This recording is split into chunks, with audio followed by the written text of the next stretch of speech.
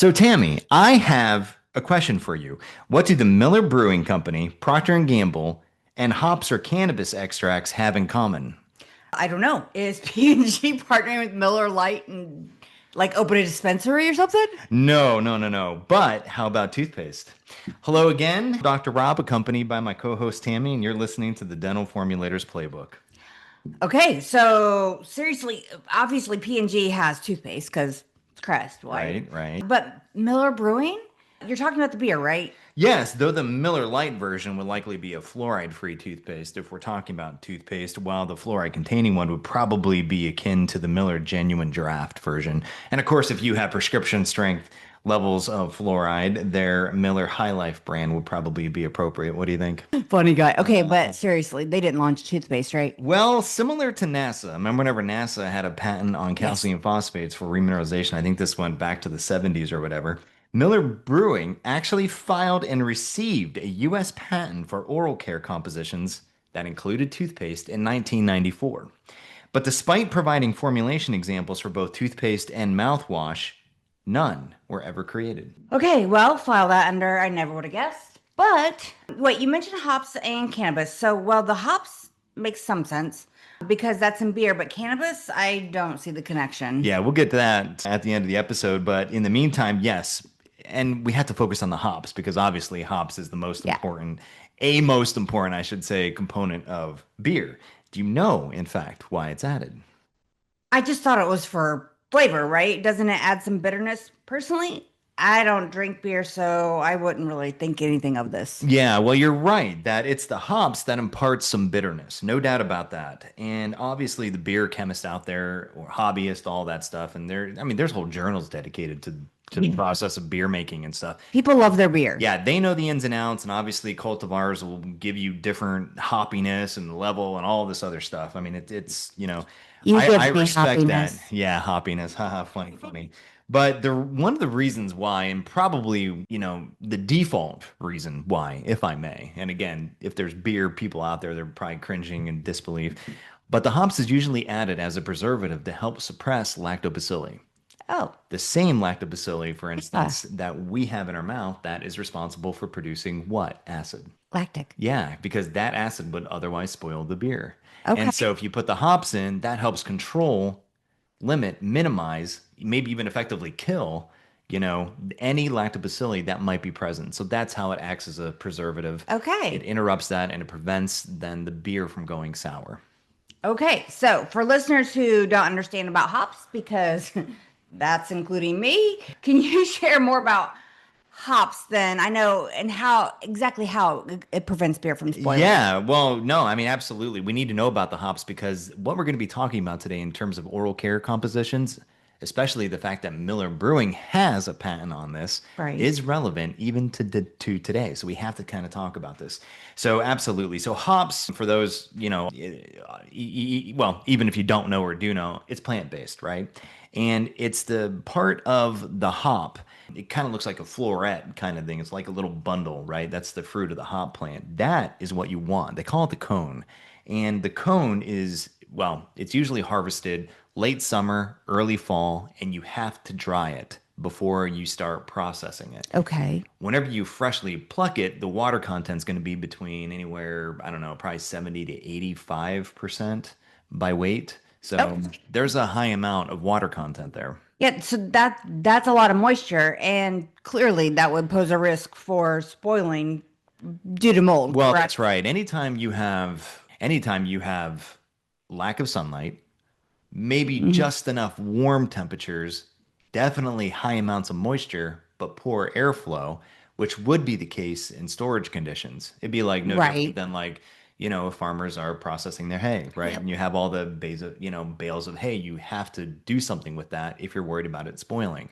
Hay, you don't have to worry about as much. Hops, you certainly do. So when these are processed, when these are harvested, they have to be then very soon afterward kiln dried. And Okay. that's usually done anywhere between 60 to 75 degrees Celsius. Again, those temperatures, the times, even the nature of the kiln. Some of these do these with oak and wood present and to try to instill some different aromas into the. I mean, there again, this is a whole science and there's a lot behind there, but that's the process, right? And so, Okay, so after drying, so yeah. let's talk about the composition of the cone, Yeah, so actually. this is really interesting because, and I'm going to be talking about this. It has a little bit of everything, macronutrients, and it has a lot of different types of organics.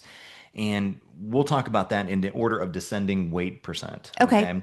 So cellulose is probably what it's mostly made up of, and probably nobody's surprised about that. I mean, if you think of a blade of grass, that is largely made of cellulose, right? It's an insoluble fiber. We know this. Cows chew on it. Your dog will chew on it. Heck, even your cats will chew on it. You know, Yes. this is good roughage. So that means that it's a type of fiber and it's Okay. an insoluble fiber. And again, how you know that is because you would look at the output from the animal Okay. after after it goes in. So the outgoings kind of are similar to the ingoings, just a little bit different, but still. And next. And that was about 43%. And again, cellulose is a type of polysaccharide. It's a carbohydrate. Okay. Okay, so it's an insoluble fiber. Resins are next, and that can be anywhere between 15 and 30% by weight. Okay. Now the Hmm. resins are going to be really important here. We're going to be addressing this in just a minute, but there's two types of resins, those that are soluble and those that are insoluble. Okay. We will come back to that. Waxes and steroids are next. I guess that's one way to get bigger hops. I guess have the steroids. Okay. But that can range between, fairly nothing all the way up to 25% of the dry weight. And again, waxes and steroids are a type of fat. Okay. So far we have some carbohydrates and now we have some fats, right?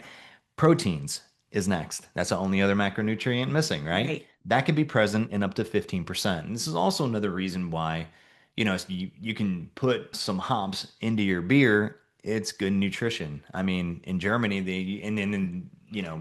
centuries ago, right? Middle Ages Oh and my stuff, you goodness. don't even need to have food, right? This is one of the reasons why an entire pint of beer or whatever, or I mean, if you're feeling really adventurous, get a yard of beer. That can suffice you for your lunch, I am picturing maybe your dinner. people saying, oh, Yeah. this is good Of nutrition. course, it's good I need to nutrition. have a beer. Yeah, Oh so my you have your goodness. protein, right? 15, you have some fats, and you Wow. have some Okay. carbohydrates so far. The protein's about 15%. Now you also still have some retained moisture, that which was not driven off fully, and that might still be present at about 10% by Okay. weight or so. Now, because you are kiln drying, and you're driving off a lot of water, there is going to be some ash that develops. So the ash could be the product of any salts that have been precipitated out from that hops cone as it was being dried. It could also be maybe, those parts of these nutrients that maybe got a little bit too hot Okay. and, Yeah. carbonized, Yeah. right? And we're talking Right. mostly like simple sugars, which actually does bring us back to monosaccharides. Monosaccharides like fructose and glucose, things like this, they are also present here as well. So in addition to the insoluble fiber with the cellulose, you still have monosaccharides, and that's about 2%. You still have, by the way, polyphenols. So because this is a hop, and usually fruits of anything, you're always going to have some kind of tannin. Just like how any nut tree that you have, like if it's an oak tree, a walnut tree, The staining yeah, it's part. the staining part. And oftentimes, back in the day, right, they would use these for, maybe helping with, getting a color in the leather, like for tanning Yes. processes. Yes. You might even have some of this in ink, in like the old fashioned type of like Okay. ink pigments and stuff that would be developed. So these tannins are obviously also present in the cone Okay. of the hops plant.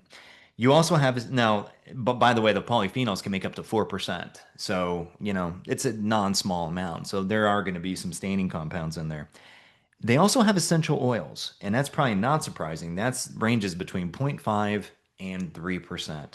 And the essential oils can even, there's a wide variation of those, again, depending on the cultivar, but linalool is actually one of the type of very common essential oils found in the cone. But that's also found in wool, right? Yeah, exactly. So it's kind of interesting, right? So just because it's in an animal hair doesn't mean that it can't also be in plant, in the fruit of a plant. So that's So interesting. yeah, so I think that's kind of interesting. Now we did talk about insoluble fiber. It also has soluble fiber, Okay. another type of carbohydrate in the form of pectin. Just like how maybe you have apples or you have medlars, right? The medlar fruits, things like this, even some of the citrus fruit, they have some pectins. Hmm. That is soluble. That is what you would use, for instance, to make jellies and jams, right? That's also present, 2%. And then finally, those amino acids that may exist as free small amino acids, 0.1%. And just as a refresher, chains of these amino acids, if they're linked up, ultimately, they form peptides, and then the largest peptides then form the proteins. So again, you Okay. have you have the whole gamut here It sounds like in it. the cone. So pretty It sounds interesting. like it. So clearly there's lots of ingredients or components of this compound. Most important or interesting of what you said is all the macros are there, right? Everything. Your Yep. proteins, fats, carbohydrates. Yep. But for P&G to be involved in a toothpaste, right? I'm guessing none of those are of interest. Perhaps the interest lies in the essential oils? Yeah, maybe. I mean, maybe they're trying to get the steroids and maybe you can get a beefed up fluoride response in a toothpaste. I don't know.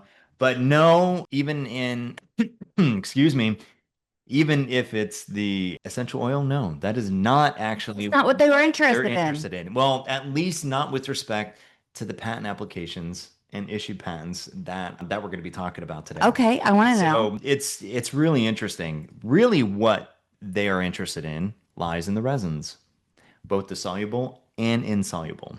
And just to let just as a little bit of going down a rabbit hole because we need to, the soluble resins, that could have a mixture of terpenes, terpenoids, prenylated flavonoids, phenolic compounds. That could have some acids, which we're going to talk about. And that, though, all of those different kind of classifications have very different structures than all those macronutrients. So, Absolutely. Okay, so the soluble resins are the key here. That's what I'm hearing you say. And when you refer to soluble, I always think of being like water. Is that the same? no. Okay. In this particular case, it isn't. So whenever we're talking about the processing of hops, and if you're a flavor house or if you're Procter and Gamble in this particular instance, and you're interested in getting some of these compounds that you want to be putting into a formula for whatever purpose, it's going to be important because you already tried this thing, right? And a lot of these are going to be either non-polar or slightly soluble, or it's just going to be easier to get out of this resinous like kind of material Hmm. using non-aqueous solvents. And so what we're talking about here, actually, let's start with the cone. So whenever the after the cone is dried, they first use, and this is, I guess, industry wide. I mean, there's probably variations on Right. extraction methods, and we're not talking about CO2 supercritical stuff or liquid nitrogen extractions. We're not talking about anything like that. We're just talking about probably the bare bones that has been in place since at least the 1940s, if not earlier. You have some diethyl ether and you have some methanol. Okay, Okay. so not ethanol, but methanol, and not any ether, but like diethyl ether. So it's very specific. So it's pretty specific, and you keep it at a cool temperature. You don't want to use warm methanol or diethyl ether. I mean, obviously, it would probably evaporate because they have a very low boiling point, but also you don't want to include those waxes or any other type of essential Okay. oil that would end up kind of corrupting the ultimate extraction, purification, that you're trying to get here. So the first thing you do is you use the cold diethyl ether and the methanol to extract the resins.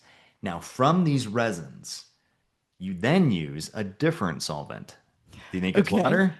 It's not Uh, water, right? yeah, no. It's going to be hexane.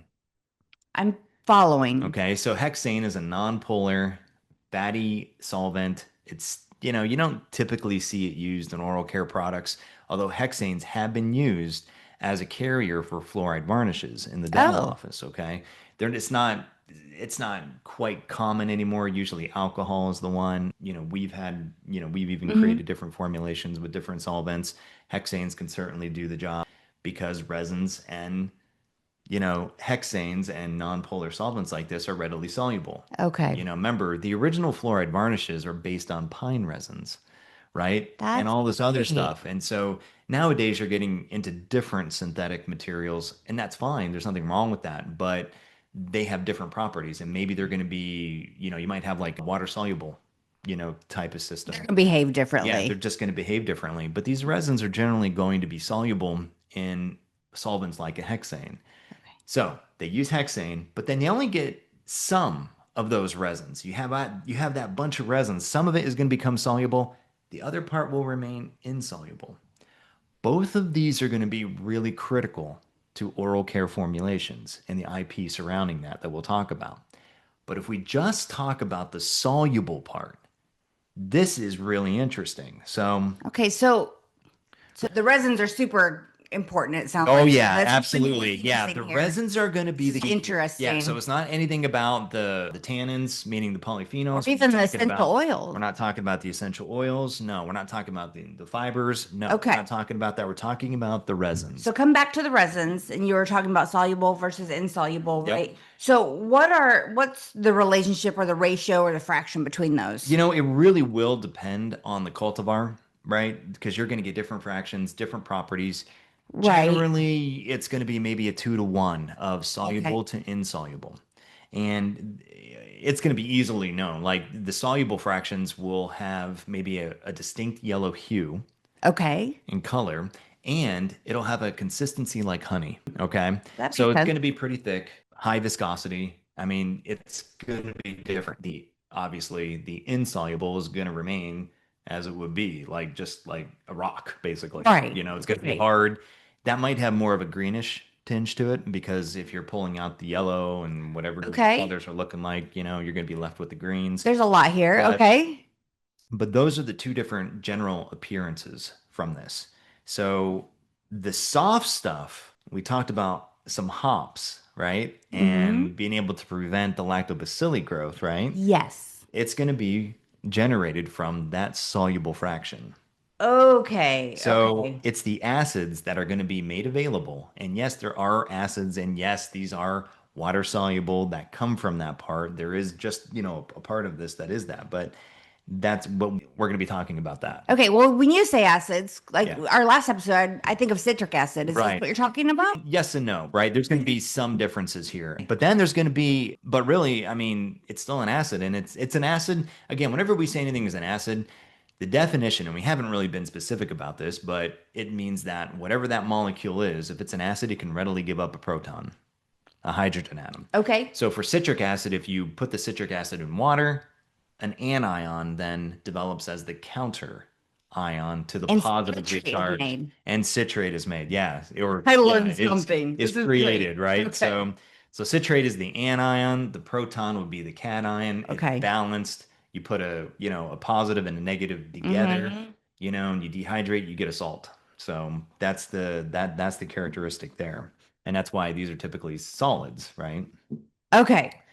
So, But yes, but with respect to the acids, and there's two classifications of the acids from the soluble part. You have the hops alpha acids, and then you have the hops beta acids. okay. Okay. And it's really important because while the beta acids don't undergo any kind of structural rearrangement, the alpha acids do. And that is so important. As long as temperature is a little bit elevated, maybe some fermentation. So, in other words, whenever it makes contact with the wort, whenever it's being processed into a beer, then you're going to get some of the transition from the hops alpha acid, and it could form at least three different types of that, version of that alpha Okay. acid. There's a rearrangement that happens. We call that isomerization, but the geometry is completely different. So if you Okay. had a straight chain, that would be fine going in, but maybe during the process of this isomerization, maybe one end of the chain ends up getting stuck in the middle, and then you have this little, branch sticking up, if you will. I'm trying to give a visual here, Yeah, you no, know. okay. So So, although, okay, so I'm going back to the hop acid, basically. yes, Okay, okay. it's giving up the ghost, right? It's Yep. giving up the proton. Yep. Give it up. And these are larger and more susceptible to then temperature and Yes, fermentation compared to absolutely. the Compared to water citric. soluble, Yes. like citric acid. Okay, so we've been talking about all of that. And what were they called? Those citric That's what I'm acid tell you. and lactic So, acid. alpha hydroxy acid Yes. and beta hydroxy acid. Yes. So Okay, that's good. right. So, and I Okay. will say this, the alpha and beta designations are similar for Okay. for instance, the citric acid and the hops alpha acid, or the beta acid and the salicylic Okay. acid, right? Those are constant. Do you know what that refers to then, right? You remember the alpha and beta. We didn't talk about it so much in the previous one, but the alpha and beta refer to what? Is it? Because it's something you taught me. Is it the carbon position? Yeah, it's a carbon position. Okay. So it's like not it's not the functional group that includes the carboxylic acid, it's the next carbon over. Okay. And so they talk about this. And you know, interestingly, we didn't and I have to talk about it here because we're talking about alpha and beta, and it Mhm. is an important distinction. And we didn't talk about it in the citric acid, but because we are talking about these alpha and beta acids here, I think it's Yes. really important to make this distinction. But citric acid, although by the general community, formulators or, you know, biochemists, any kind of any kind of beauty brand, and then of course it just, you know, goes on from there. They always regard citric acid as just an alpha hydroxy acid. I see this everywhere. It's actually not true, or it's actually partly true. Citric acid is distinct from lactic acid and acetic acid and some other alpha hydroxy acids because citric acid actually is both alpha and beta. It has both characters. And so, Okay. yeah, it's really unique. Maybe that's its superpower. I think that that's one of the reasons why it you know it outperforms just a Okay. lactic acid or just an acetic acid Makes formulation. So if you sense. see a lot of these formulations that have a citric acid only, I think it's because it has both the alpha Both and the beta characteristic. character. Okay. Remember, salicylic acid is a beta acid, Yes. and everybody will tell you, well, you got to worry about the concentration of that one, and you can't Yes. use it as frequently because that's really potent stuff. Right. And citric acid is kind of similar there. So it has some of that kind of properties of the salicylic, but it also has the alpha, you know, properties as well. So I think that that's another unique feature of Yeah. citric acid. But yeah, Absolutely. anyway. Okay, so well, I'm glad the nomenclature is the same for these hop acids Yep, because absolutely. learning a lot here. So then, which one is the most abundant and or the most desired Yeah, between these, the alpha or the beta? well, it really depends. You know, most of the attention and most of the value really of these acids, of these hop acids, is the alpha one. Okay, Okay. because it's the hop alpha acid that's giving rise to the different structural changes that's going to not only impart the bitterness and stuff that gives beer its distinct flavor, but it's also the part that's going to be most sensitive to keeping lactobacilli to a minimum and Okay. prevent the spoilage. So beta acids can also help with some of that. I'm not saying that the beta acids don't have any bitterness. They do.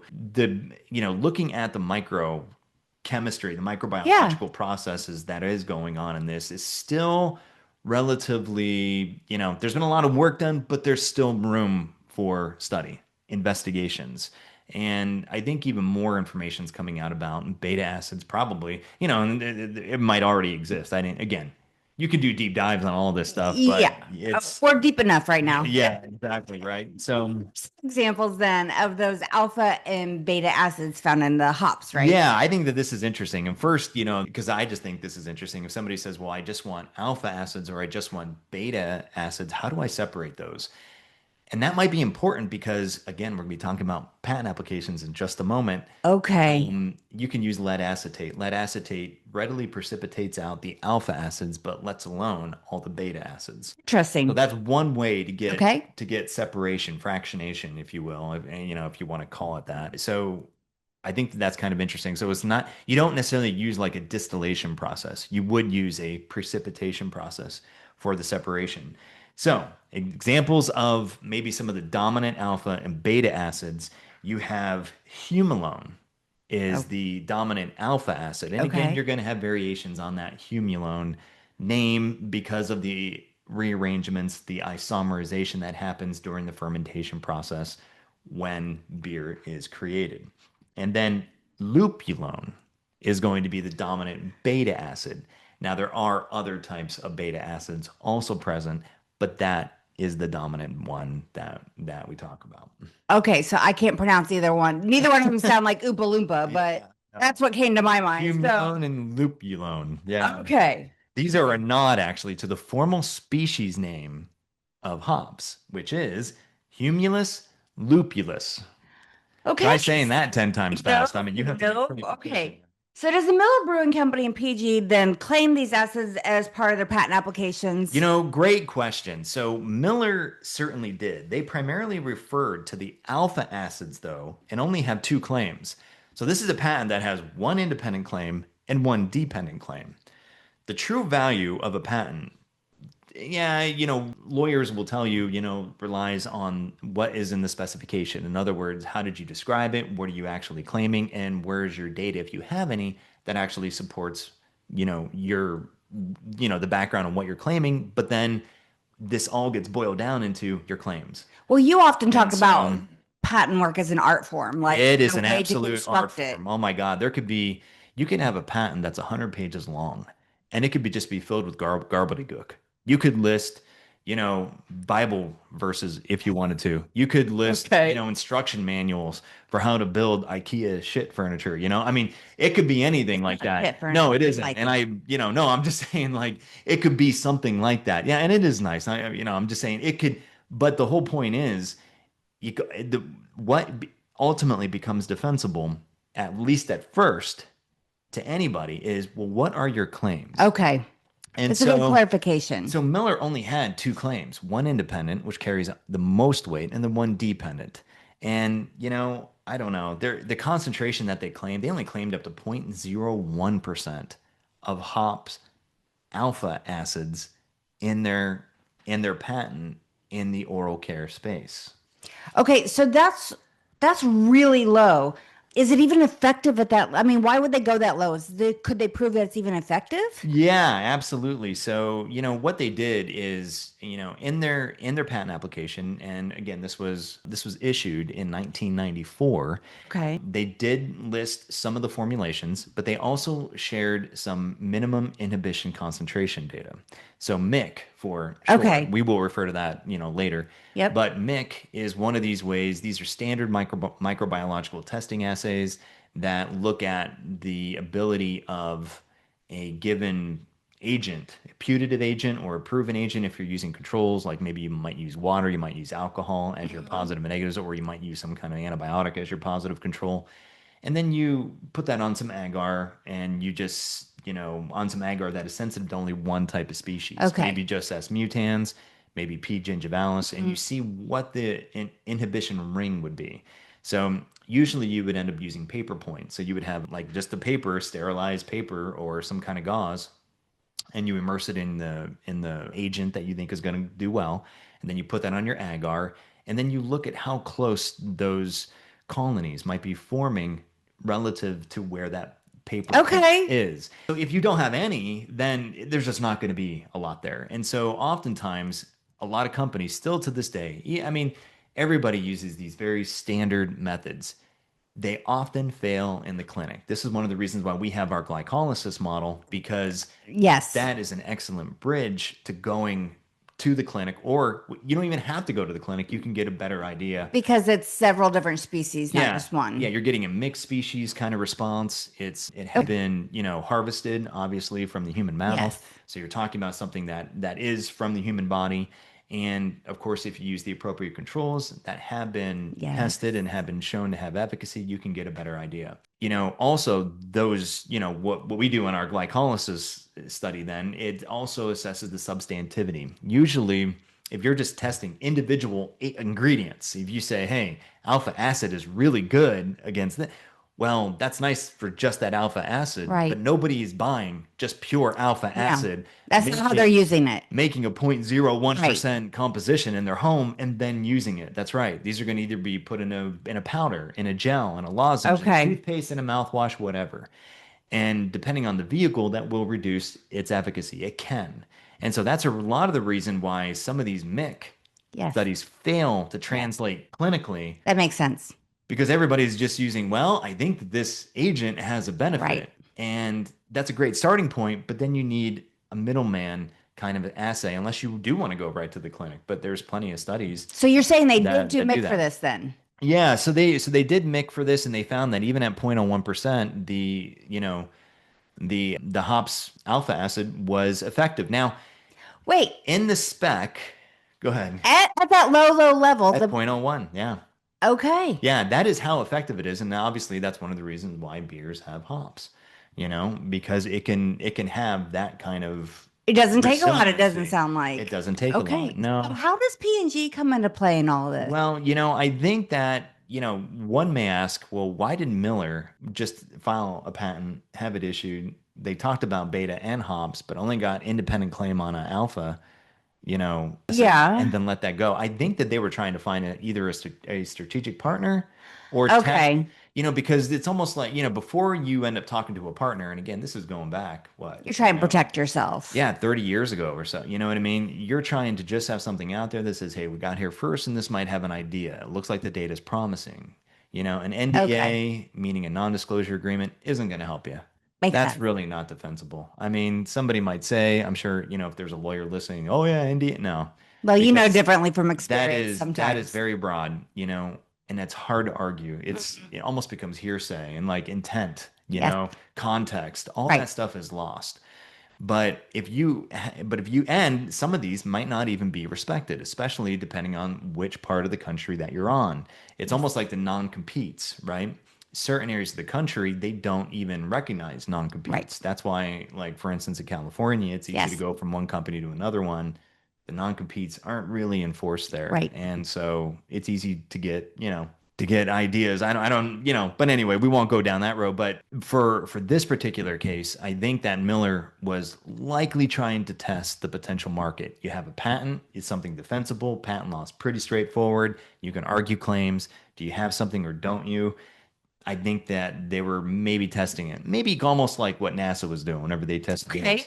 But nothing ever happened since 1994, at least to the best that we know of, right? I mean, have you ever seen a toothpaste that has like hops alpha acids in it? I don't see like No. the High Life branded on any I toothpaste know. anywhere. Yeah, I know. Yeah, I don't either. So you want to know how P&G now comes in Yes. since we're talking about it, right? So, okay, so Procter and Gamble now has an issued patent. It's been out for a little while. It was issued July 4th in the year of our Lord 2023. And the patent number is 11,690,792.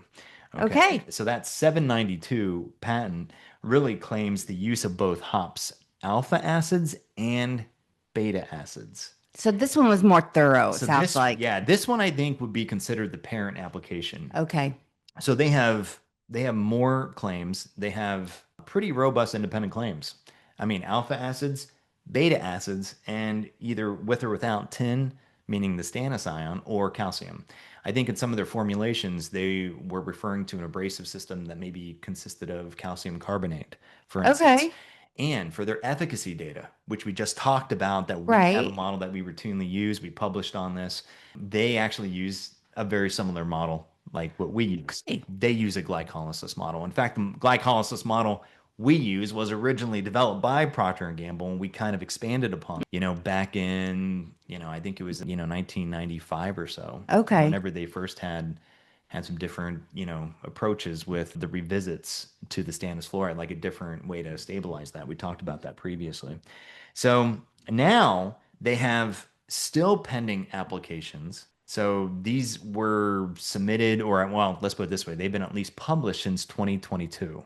And I know of Okay. at least two different patent applications, and they are using, again, still the hops, but not necessarily the alpha or the beta acids, but now they're starting to talk about prenylated compounds. Oh. Stuff that's going to be coming from the hard part, not just the soluble resins, but the hard part of the resins. Okay. So Okay. what Procter and Gamble doing is they're trying to protect the whole bit Okay. of those resins, the Yeah. soluble and the insoluble.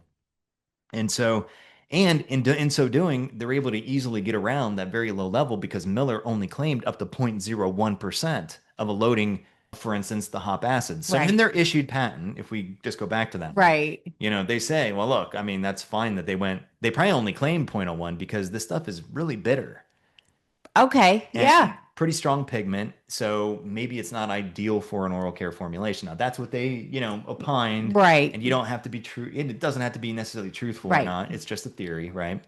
And that might be so, but why limit it to 0.01%? So they claimed all the way up to like 10%, I think. Smart. And yeah, Versed in patents, in other yeah, words. they're Yeah. Procter and Gamble knows how to issue patent or knows how to devise a whole patent strategy. Obviously, there's cost in there. They can support that, and they've been a long time player in this field. So, yeah, they have still two applications. One of them is a 363 application, and they have independent claims for maybe some beta acids, but those are only really claimed in the dependent claims, not necessarily in the independent ones. They do talk about some of the different ingredients, but mostly it's going to be on these prenylated compounds that we'll be talking about here in just a minute. These prenylated flavonoids. Okay. So we just talked at length about hop acids and patents and whatnot. And they make independent claims on the flavonoids. Right. Okay, so the hard part of the resins, Yep. so not the alpha or beta Nope. acids. Absolutely not. Okay. Yeah, so if you're talking about then some of this harder stuff, so you're going to have to use different stuff, not just hexanes. You're going to have to be more invasive, probably. I don't want to say more invasive, but more creative with how Okay. you're going to extract things. You might have to use now terpenes, terpenoids. You might have to use maybe Okay. some alcohols, maybe mixtures thereof, maybe some ethers. Who knows? But these prenylated flavonoids, or even just flavonoids, those are complete different chemical structures, right? Relative to just terpenes by themselves, alcohols, ethers, even these hops, alpha or beta acids. Okay, so Mhm. these are completely different. Now, people are likely familiar, maybe not with the term flavonoid, but they are familiar with, for instance, anthocyanins or that part of the fruit that has this pigment, whether you're talking about grapes that have that purplish kind of hue or the Okay. red grapes, or maybe some of the berries like blueberries, those are going to be rich in anthocyanins. Onions and tea, on the other hand, they have flavonoids that are called quercetins. And these quercetins are, supposed to give some benefits too. A lot of people say, hey, the teas and these berries and these herbs, they can give rise to maybe some health benefits. Now, this is the part that's been hard sometimes to understand, even, try to figure out. And really, this field has just exploded over the last 10 years, probably Okay. 10 to 15 years. They're starting to recognize the value of prenylated flavonoids. See, prenyl, that refers to isoprene, and that's just a 5 carbon fatty molecule. And that could be naturally attached to flavonoids by microbiological processes that are already undergone in these plant-based, you know, entities, like whether it's a Okay. strawberry plant, a grape, is It's already whether it's part of that process of makeup. that's right, because the microbes have all these other different enzymes and stuff that are able to synthesize these types of prenylated compounds. Now, can it be done in the lab, synthetically? Of course it can. And can these flavonoids, these prenyl flavonoids, also be generated with genetic modifications? Think CRISPR type stuff. Okay. Yes, of course that could be done. We just talked about citric acid and how Mm-hmm. Aspergillus niger is excellent at producing Yes. citric acid. Same thing here. So you have these prenylated compounds, and that fatty chain, that prenyl part, is so important because our cells are made of fatty substances. Okay. Okay. And so absorption, introduction into cells is going to be better. Our Yes. gastrointestinal tract, you're going to have better absorption, right? That's where the value of this prenyl, this like simplified chain Okay. attached to Okay. these flavonoids, can really just be a huge boost. And so, again, this is a relatively newer area where all of this is trying to be understood. I mean, whenever we talk about this, I mean, there's been extensive testing on this, right? What are some of the benefits? I mean, absolutely everything: anti cancer, anti inflammatory, neuroprotective, anti diabetic, anti obesity, cardioprotective, and anti osteoclastogenic benefits. I mean, in the body, it's hitting everything, soft and hard tissues. And because whenever And it's benefiting all it's of them. benefiting all of that. It's especially good against cancer because anything that's cancerous is hungry, right? Absolutely hungry. Cancerous cells generally are more voracious than our regular cells. They consume more. They in addition to consuming more, they actually reproduce more then, right? Right. So then there's a lot Right. more replication, I should say, and they can therefore spread. So if you have something that will readily take something that's cancerous, well then you're going to be able to mitigate that. And so there's a lot of work right now in investigating this. And yes, these studies are being done in not only mice models and stuff, but also in laboratory-based studies with human cells and things like this, including, cancerous cells and different things like that. A lot of those, a lot of those things that you mentioned are kind of like what the bee propolis is. Yeah, yeah. So that's another one. So bee propolis was really popular for a little while. people don't know, and even magic. So even whenever we went to an island, right? We went to Yes. Aruba, we talked to the beekeeper. He said he had a customer that always came because he had Yes. cancerous like issues and he always ate the bee propolis, Yes. directly Swore from the by it. hive and swore that it made him feel better. Well, it probably does because of all of these other benefits Okay. by virtue of these prenylated flavonoids. It's not just the color, it's not just the flavor, it's the fact that these very specific molecules And have how been they interact. yeah, have been created to be Okay. able to get into the fatty or lipid rich, we would say, or even anything that, and whenever we're talking about lipids, that includes glycolipids and stuff. And a lot of the cell walls and stuff have, again, Yep. sugars affiliated Yep. with that too. So I think that that's really important. But we're not going to discuss more about that Okay. there. Examples of some of these prenylated compounds, these flavonoids that Procter and Gamble is directly referencing in some of these pending patent applications include xanthohumol and 8-prenylneriginin. So both of these are found in the hops, Okay. okay, in the hard resins, and they're also called forth in the patent. In fact, well, Ah, I should say the patent application hasn't right. been issued yet, right? But there's even one table where they don't necessarily talk about glycolysis benefits as they did for the hops beta acids or alpha acids, as they did in the parent application, but they actually share basically some of the different levels of what they call like a log p value. And you want a log p value, it's a partition coefficient. Basically, it's the ratio of something very fatty, like a solvent like octanol versus water. If you have something in the 1 to 1.3, like I don't know, between 1 and we'll say 1.5 range, that is going to have good absorption in the stomach. If you have Okay. something that has a value of maybe up to maybe 3, 2 to 3 range, that's going to be better for the intestine absorption. If you have something around the level of 5, that's going to be great for mucosal absorption. Okay. And so they were claiming these two prenylated flavonoids in particular, they're calling forth these and others in their claims, dependent claims, because, well, that's going to be introduced into the mouth, right? And Okay. these are having a great benefit in terms of being able to have a benefit against certain, microbial pathogens, if you Okay. will, like Yep. S So this mutans is or making something. sense. Absolutely. Yeah, so I think that that's pretty interesting. Now, as part of their dependent claims, of course, they included not only hops, derivations, and extracts, but also cannabis as well. Okay. And as we know, well, maybe our listeners don't know, but hops and cannabis both share the same species family, right? I It's didn't know that. the Cannabisaceae.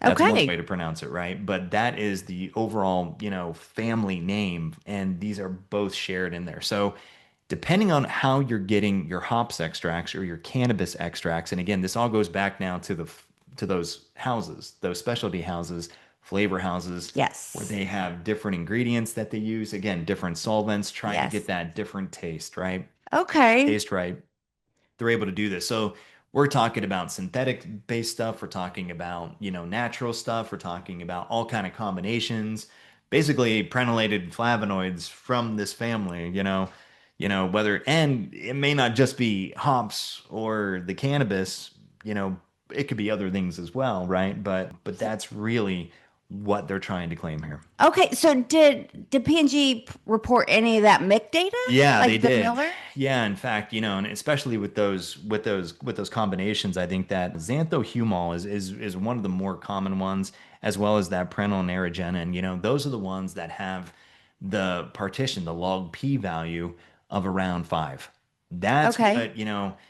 And so not only does that have good absorption then in the mucosal, but then they also showed that it had good efficacy against, for instance, S mutans Okay. in terms of That's different really levels. good then. Yeah, but they're gonna be on exactly what this secret ingredient, what that The dosing exact is, is right. because well, it's Procter and Gamble, right? I Right. mean, Well, we don't want to share secrets anyway. yeah, I mean, they did great. So Yeah, it sounds like they did a really, really good job. And we could even expect a toothpaste, maybe? yeah, I would expect so. There's gonna be something that's gonna have some of these ingredients.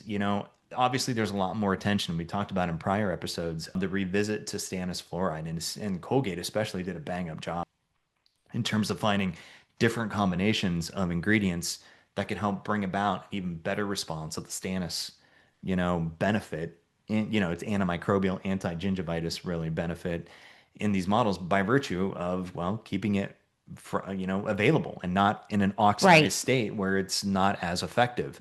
I think that what we're going to see here in the near future is probably Procter and Gamble having, this kind of innovation helping, they Okay. can combine it. Again, some of their claims are talking about with or without fluoride, with or without tin, maybe stannous.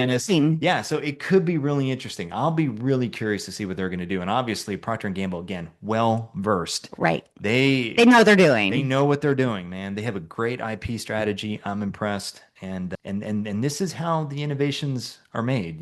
Very cool. And importantly, they're doing the testing. So if we don't see anything right now, somebody might say, well, that patent was in 2023.